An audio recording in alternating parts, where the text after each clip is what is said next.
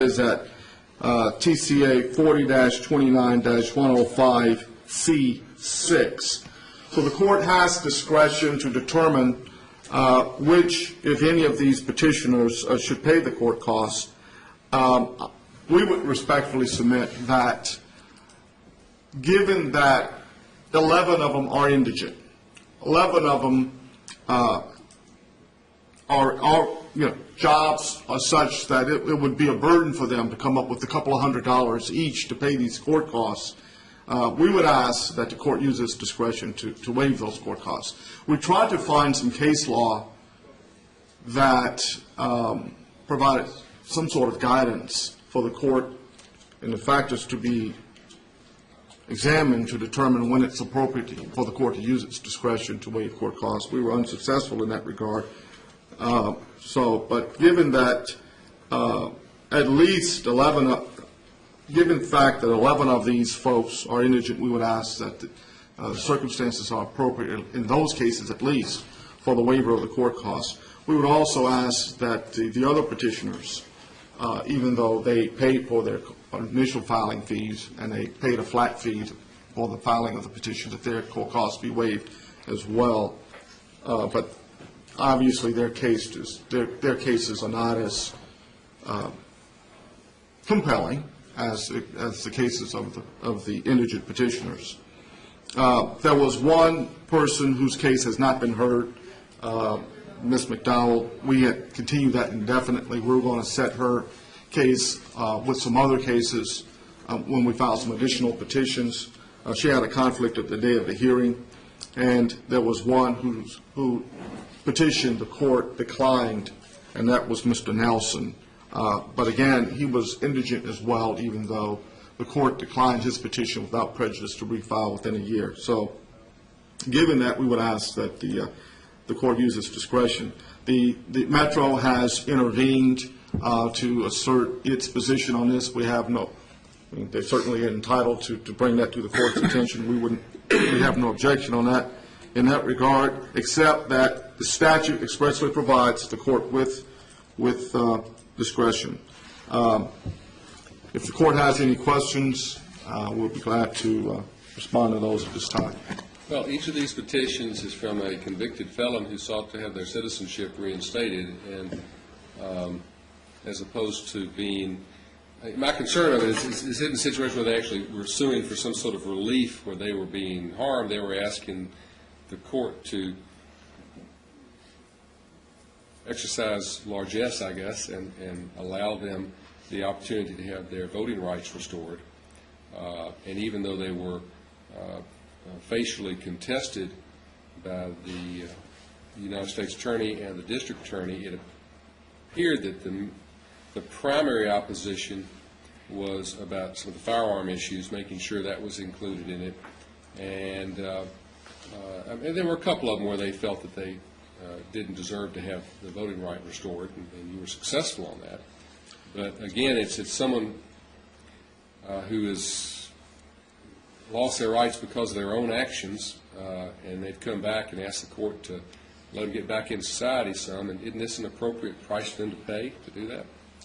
Two issues. One concerns the firearms. All of them waived the right to bear firearms right off the bat. There was never an issue with either the federal or the state prosecutors. And given that, and is it an appropriate price to pay? Well, given that some of them lost their freedom, they'd already paid that price. They were in probation. They'd already paid that price and had certain of. And given the fact that some of them have occupational disabilities placed on them, they're not going to be eligible to work certain jobs because of their former felon status. So, and I think more compelling with the indigent petitioners,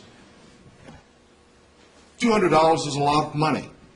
And a lot of the opposition, quite frankly, Your Honor, posed by the prosecutors for the state and federal government really didn't do much to undermine the merits of the petition. But what it did do is drive up the court costs. Obviously, a certain amount of the court costs are driven by, the cost of so many pages, but anyway, and I know there are some that are court costs that are there regardless of the amount of filings that are associated with the case. So, but given that some of these people, $200 a pop, $225, it's a lot of money for them to pay. Now, with respect for those who paid the flat fee to file the petition, I would understand the court's reasoning, but with respect to those that are indigent and making $10 an hour, we would respectfully submit that, given their circumstances, that it would be appropriate to grant their petitions and grant the motion with respect to them. Okay. Thank you.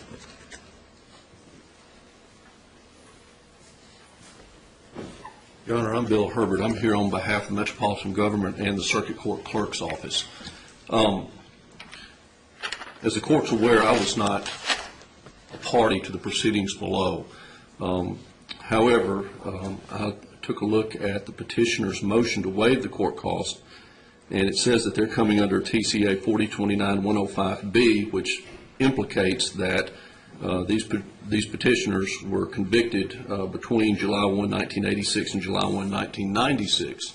To the extent that that's true, the statute says that the petitioners shall bear the court cost. So if, in fact, these petitioners, any of these petitioners, were convicted between July 1, 1986 and July 1, 1996, I would respectfully submit that the court that the statute obligates the petitioners to pay the court costs. It leaves no discretion there. Now, to the extent that there are petitioners that were convicted after July 1, 1996, Mr. Grant's statement is correct, and the statute does say that the petitioner shall bear the court costs, but then it says, but it's up to the discretion of the court. I'd suggest that no matter what you have here, it says the statutes say the petitioner shall bear the court costs. Now, if they're convicted after July 1, 1996, there is some discretion there, but I would respectfully submit that there's a presumption, at least, that the petitioners will bear the court costs. Your Honor, I researched this. I feel like ad nauseum can find no case law to support any argument that filing these informal paupers has any bearing. The limited case law that I did see was with respect to cases on appeal to the Court of Appeals, wherein the Court of Appeals adjudged the appellate court costs to the petition to the state or whoever appealed it up. But at this level, I found no authority whatsoever.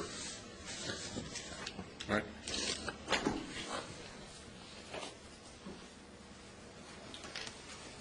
Your Honor, while if it's helpful to the court, while we're Introduce yourself, Mr. Haycox. Yes, sir. T.J. Haycox for the United States. While we were waiting for the case to be called, I went back through the pleadings as to each petitioner to determine whether they would be in a discretionary status or a non-discretionary status for the court to consider. And just going in the listing of the pleadings, Ms. Calhoun was convicted in 1993. Therefore, according to the statute, the court would not have discretion in her matter. Ms. Dowell was convicted in 1987 and 1989. Therefore, the court would not have discretion in her matter. Mr. Nelson was convicted in 2001. Therefore, the court would have discretion. But in his case, an order was submitted by Ms. Naylor, and the government is not aware that the defendant or the petitioner objected to the language in the order that he would bear the costs. Mr. Foster was convicted in 1986. Therefore, there would not be discretion in his matter. Ms. Pope was convicted in 2000. Therefore, the court would have discretion. But again, her order, which was submitted by her own counsel, assigned the cost to her, and the government feels that she should not be heard to complain about an order she submitted. Ms. Pender would be the same as Ms. Pope with discretion, but submitted an order assigning the cost to herself. Mr. Wallace, convicted in 1984, therefore no discretion. Mr. Jones, convicted in 2000, therefore discretion, but counsel has admitted he's not indigent. Therefore, the government